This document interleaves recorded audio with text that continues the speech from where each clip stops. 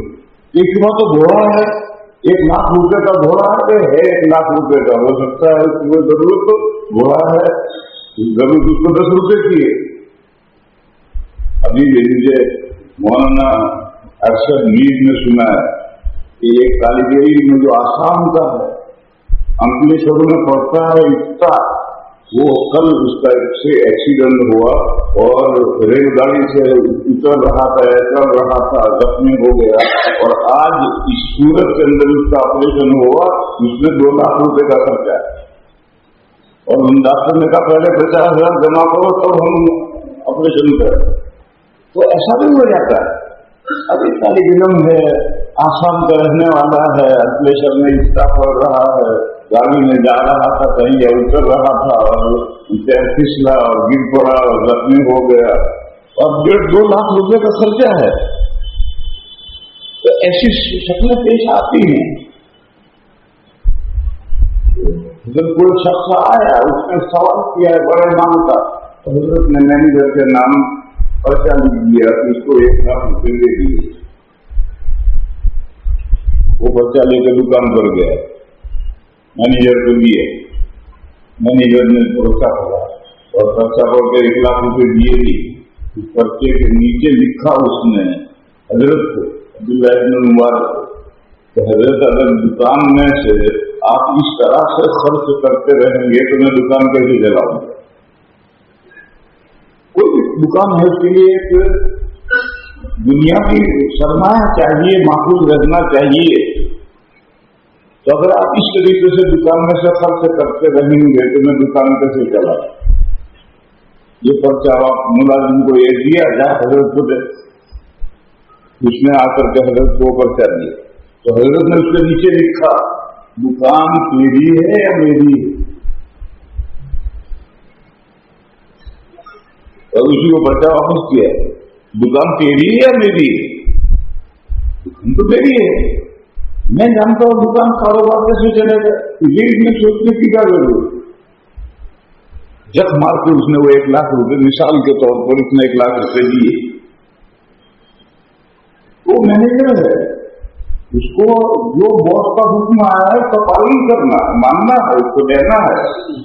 تو ہمارے جیب میں, ہمارے گھر میں جو کچھ ہے وہ اللہ کا ہے, مالک اللہ ہے. اللہ نے یہ حکم ہمیں دیا ہی نہیں کہ سارا مال دے دو, اللہ نے حکم دیا ہی نہیں. یہ جی کو حکم دیا کہ تھوڑا سا ہمارا مال جو تمہارے پاس ہے اس میں سے تھوڑا سا, پھر ہم تھوڑا سا دینے میں مخلص کیوں کریں. تو اللہ نے جو جائز ناجائز طریقے بیان کیے ہیں قرآن و حدیث میں مال کمانے کے, اور ہم سب جانتے ہیں کیا چیزیں ہیں مال کمانے میں, کیا جائز طریقے ہیں, کیا ناجائز طریقے ہیں. اس کی مجھے تفصیل نہیں کرنی ہے, ہم سب اللہ کے نیک بندے یہاں جمع ہے, سب جانتے ہیں. اس طریقے سے کماؤ, اور پھر اس کے بعد میں وہ مال ہمارا نہیں ہے, اللہ کا ہے. جہاں اللہ اجازت دے کہیں وہاں خرچ کرو. یہ ہے احتیاط سے تلوار استعمال کی. اور اگر مال صحیح طرح سے نہیں کمایا, نہیں میں کسب ہوں, کہاں سے کمایا اس کا سوال ہونا. کمایا تو صحیح, لیکن انا کھانا پورا ہے. اللہ نے جہاں اجازت دی ہے وہاں نے خرچ کیا, ایمان پر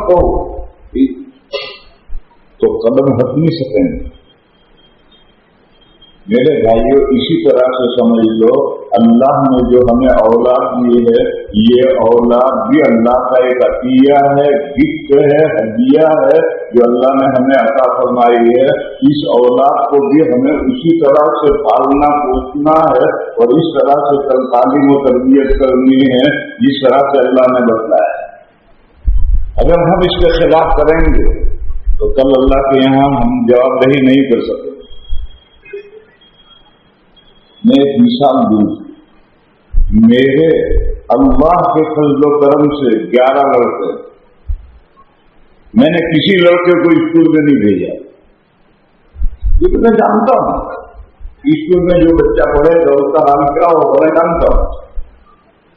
میں نے اپنے طور پر پڑھایا, مدرسوں میں پڑھایا, جس کی قسمت میں تھا اس نے پڑھا, اس کو علم ملا. 2-4 بچے ایسے تھے جن کی قسمت میں نہیں تھا, وہ نہیں پڑھا انہوں نے. میری کوئی ذمہ داری نہیں پڑھا, تم جانا. میں نے تمہاری زندگی برباد نہیں کی.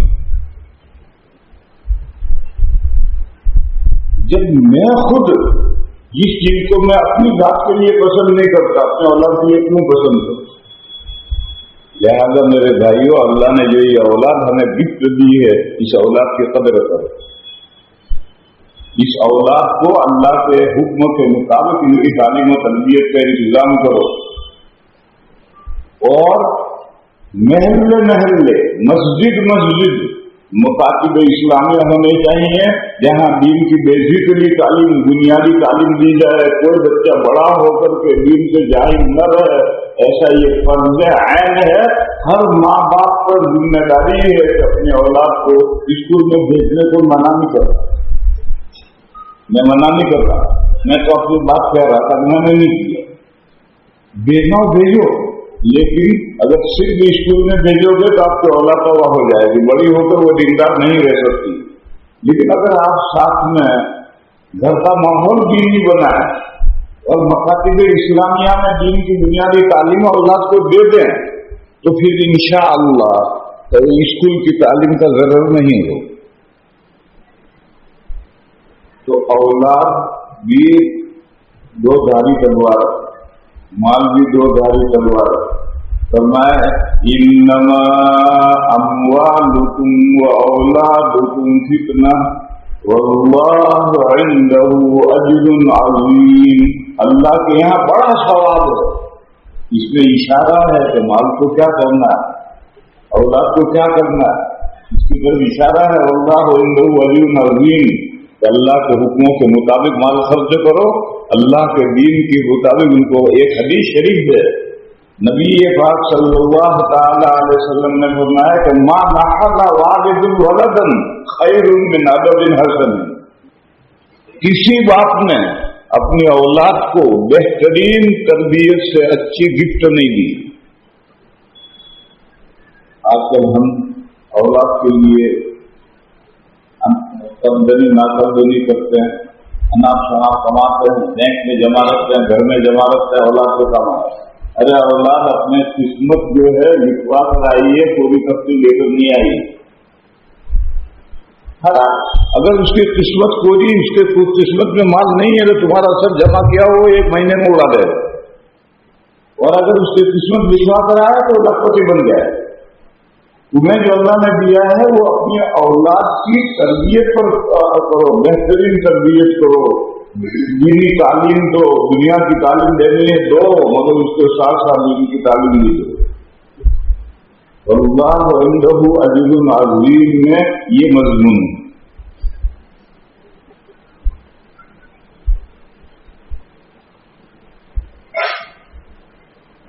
مال غلط خرچ کرنے کی مثال ایک حدیث شریف سناؤں. حضرت نبی پاک صلی اللہ علیہ وسلم اپنے اہلیہ محترمہ حضرت ام سلمہ رضی اللہ تعالی عنہا کے گھر تھے. ان کے گھر باری تھی. آدھی رات میں اچانک بیدار ہوئے گھبرا کر, اور فرمایا سبحان اللہ ماذا انزل من الخزائن وماذا انزل من الفتن. فرمایا اللہ ہر برائی سے, ہر عیب سے پاک.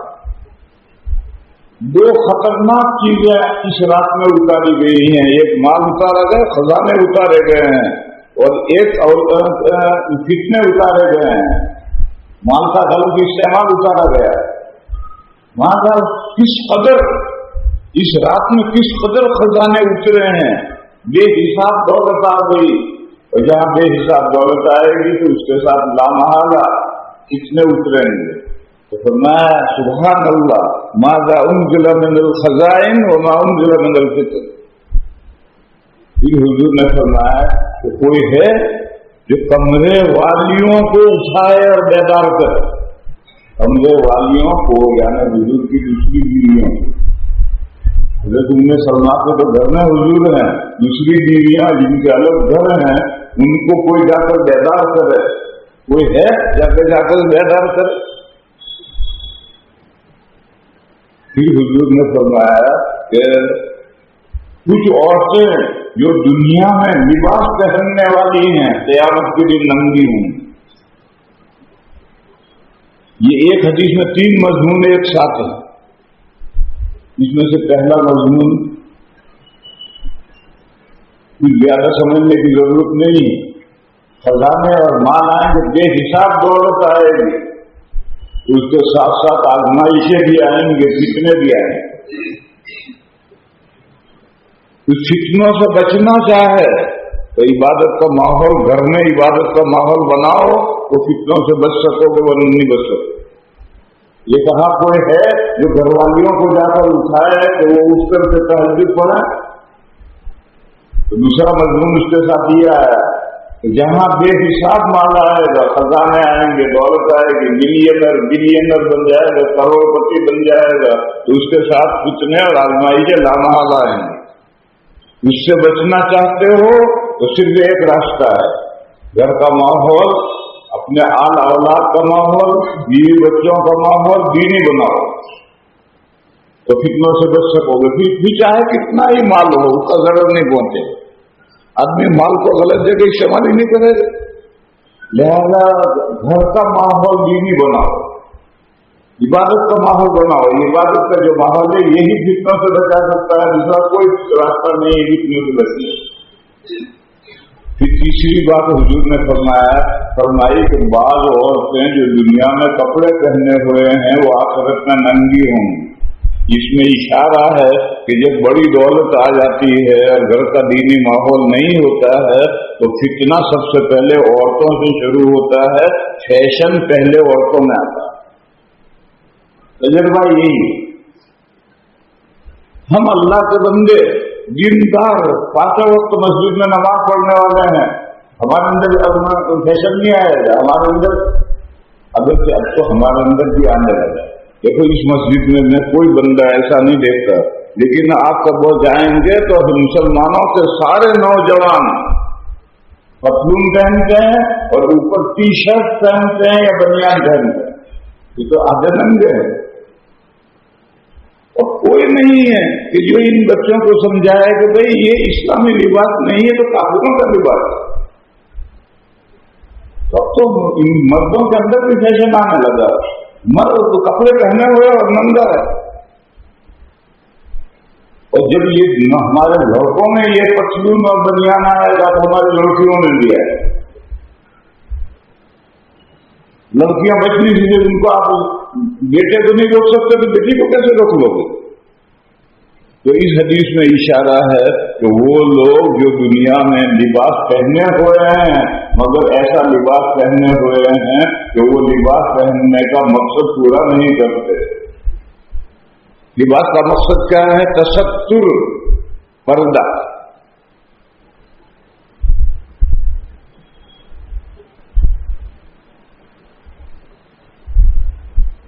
اور یہ جو لباس ہے یہ پردہ کہاں ہے؟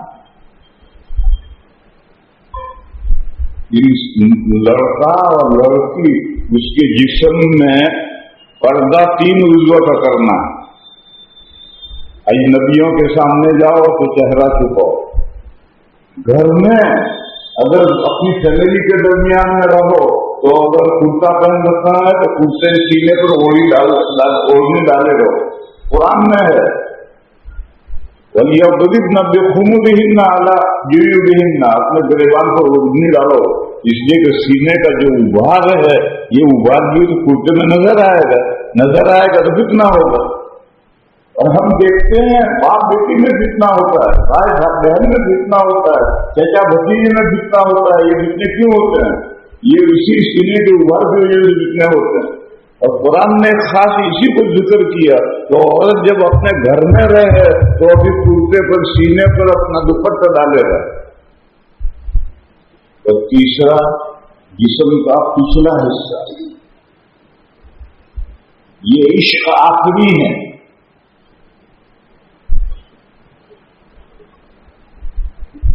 ایک واقعہ مجھے یاد آیا. حضرت علی کرم اللہ تعالی وجہہ کے بعد میں حضرت حسن خلیفہ بنا. حضرت حسن سے حضرت معاویہ رضی اللہ تعالی عنہ نے کمپرومائز کر دیا ہے کہ آپ ابھی خلافت سے دستبردار ہو جائیں, میں خلیفہ بنتا ہوں, میں مر جاؤں تو آپ بنائیں. جس وقت یہ کمپرومائز ہوا اس وقت اسلامی ملک میں 80% 80% مسلمان حضرت حسن کے فیور میں تھے, 20% حضرت معاویہ کے فیور میں تھے, صرف شام کے لوگ ان کے فیور میں تھے. ایسا ملک جہاں 80% لوگ اینٹی ہوں, مخالف ہوں, ان پر حکومت کرنا بڑا مشکل ہوتا ہے. مگر حضرت معاویہ رضی اللہ تعالیٰ عنہ نے 20 سال حکومت کی ہے اور کوئی خلفشار نہیں ہونے دیا.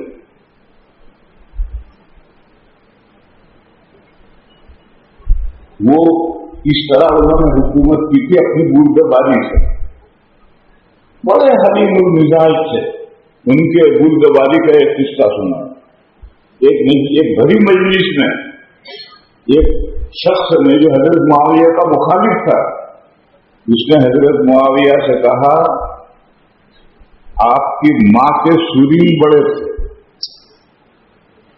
اب ایک امیر المومنین ہے, مجلس بڑی مجلس ہے, اس مجلس میں ایک بندہ کچھ کہتا ہے امیر المومنین نے کہ آپ کی ماں کے سرین بڑے تھے.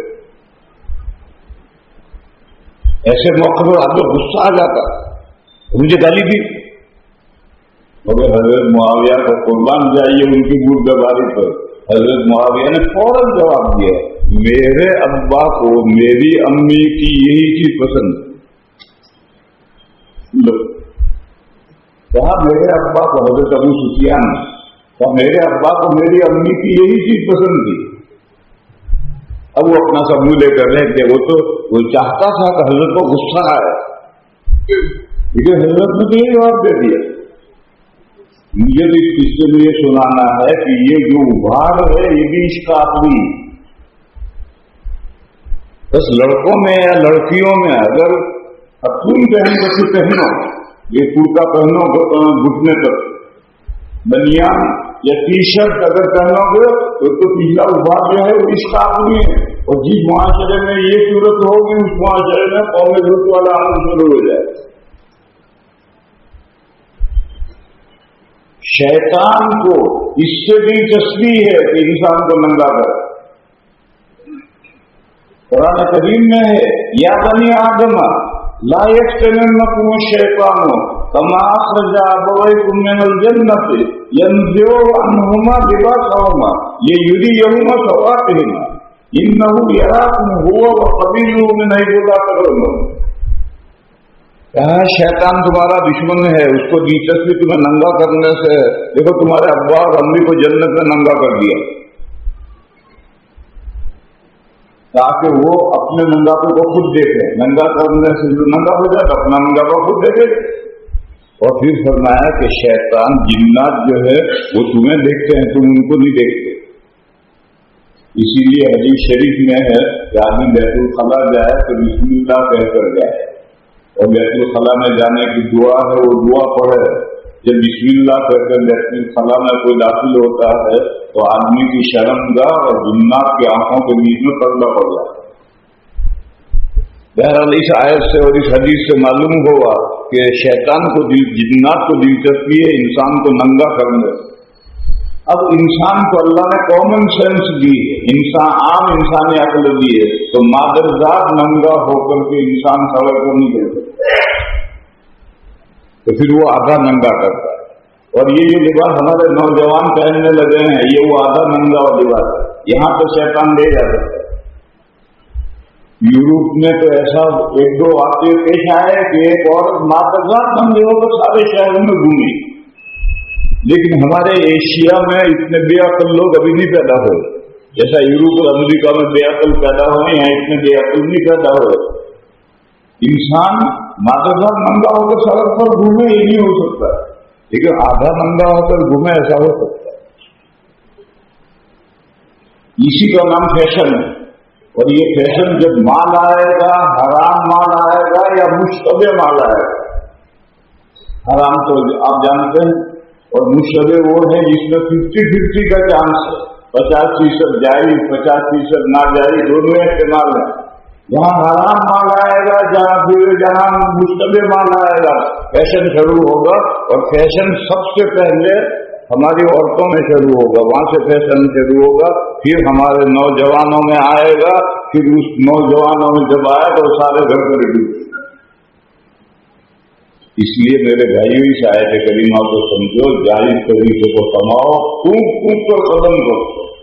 تھوڑا تو ہے، تھوڑا بہتر ہے، حلال و طیب تھوڑا بہتر ہے۔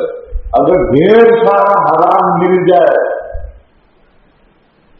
ایک بیگن کھانے کو مل گیا اور یہ پورا خنزیر کھانے کو مل گیا، ارے یہ ایک بیگن کافی، یہ حلال ہے، اس کو کھا، اس خنزیر کے پیچھے کیوں مر رہا؟ کہتے ہیں خنزیر کا گوشت بڑا لذیذ ہوتا ہے، ہم تو جانتے نہیں، میں تجربہ بھی نہیں، لیکن دنیا میں کروڑوں انسان ہیں جو خنزیر کھاتے ہیں، تو ان میں مزہ آتا جبھی تو کھاتے ہیں۔ ٹھیک ہے، مزیدار ہے، یہ بیگن جو چھوٹا سا ہے یہ حلال ہے، اس کو کھا، اس خبیث گندی چیز کے پیچھے مت پڑو۔ اس لیے کمانے پوری احتیاط سے کماؤ، تھوڑا چاہے ہو، حرام اور مشتبہ مال سے بچو۔ اگر اپنی فیملی کو اور اپنے آپ کو فتنوں سے بچانا ہے تو یہ کام کرنا ضروری، اور اولاد کو بھی اور مال کو بھی اللہ کے راستے میں خرچ کرنا ہے۔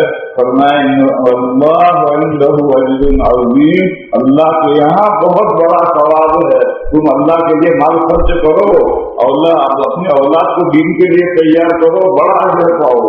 آخر دعوانا الحمدللہ رب العالمین۔ معاف کرنا، میں نے زیادہ وقت لے لیا، ہفتے کے بیچ میں زیادہ وقت نہیں جانا چاہیے، دعا کرو۔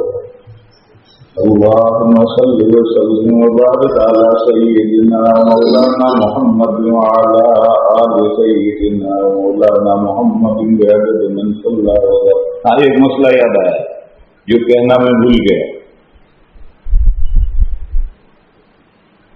جب کسی نماز کے بعد بیان ہوتا ہے اور کچھ لوگ نمازیں پڑھ رہے ہیں اور بیان کرنے والا بیان شروع کر دیتے، یہ غلط۔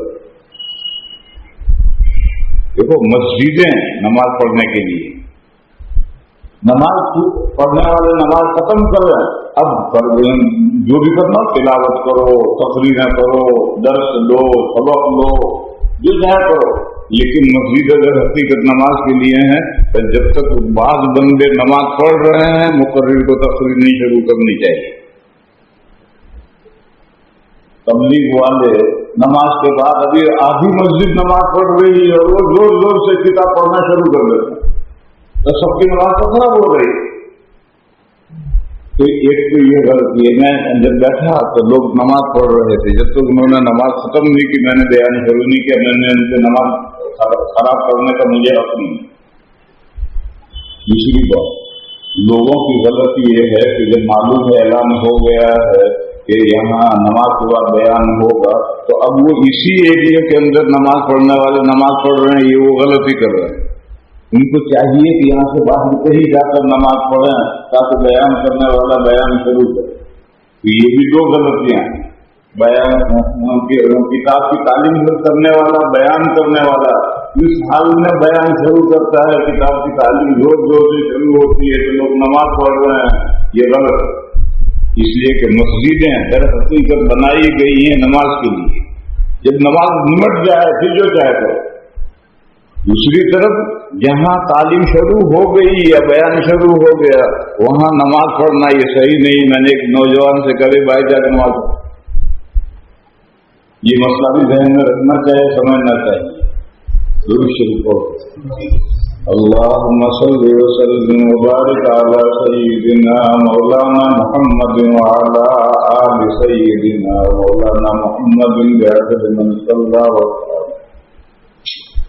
یا الہ العالمین، ہماری خطاؤں کو معاف کرنا، یا اللہ ہماری کوتاہیوں سے درگزر کرنا، یا اللہ ہمیں دنیا میں بھی بلائیاں عطا کرنا، آخرت میں بھی بلائیاں عطا فرما اور جہنم کے عذاب سے ہماری حفاظت کرنا۔ یا اللہ اس مسجد کے نمازیوں کو قبول فرما، یا اللہ ہمارے دین گھروں کو دین کے ماحول سے مزین فرما، یا اللہ ہمارے آل کو، اولاد کو، مال کو، جان کو، ہر چیز کو یا اللہ اپنے مرضی کے مطابق فیصل کرنے کی توفیق عطا فرما۔ یا اللہ ہماری مغفرت فرما، ہمارے ماں باپ کی مغفرت فرما، ہمارے رشتہ داروں کی مغفرت فرما، اور تمام مسلمان مردوں کی اور مسلمان عورتوں کی مغفرت فرما۔ سبحان ربک رب العزۃ عما یصفون وسلام علی المرسلین والحمد للہ رب العالمین۔ دیکھو بھی آپ حضرات مشافہ کرنا چاہو اور مسافری کیا کہو گے؟ السلام علیکم، میں کہوں وعلیکم السلام، اور ہم ہاتھ ملائیں۔ ارے بہت دیر ہو گئی، بھوک لگ رہی ہے۔